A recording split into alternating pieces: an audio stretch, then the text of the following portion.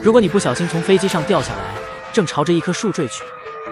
你可能会觉得自己这下彻底玩完了。你猜对了，但如果这棵树足够高，并且有着茂密、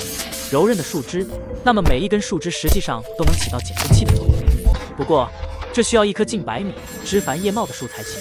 即便如此，等你落到地面时，全身的骨头还是会摔断。如果幸运一些，你可能掉进了满是鳄鱼的水里，你一定会拼命往岸边游，但溅起的水花只会把它们吸引过来。相反，你要慢慢地朝岸边游，不要有任何突然的动作。要是有一只鳄鱼朝你游来，就大声喊叫，并且朝它脸上泼水来吓退它。如果它还是咬住了你，就用力击打它的眼睛和鼻子，这些部位很敏感，会迫使鳄鱼松口，你或许有机会逃生。当然，你可能掉入山林，此时你遇到了一群狼，要是你试图逃跑，他们会轻易地追上你。相反，你要保持冷静，并举起手臂装逼，通过大喊大叫的方式让自己看起来体型更大，同时不要背对狼群。狼虽然好奇，但也很谨慎，所以你自信的姿态和洪亮的声音会让他们不把你当成猎物，而是宠物。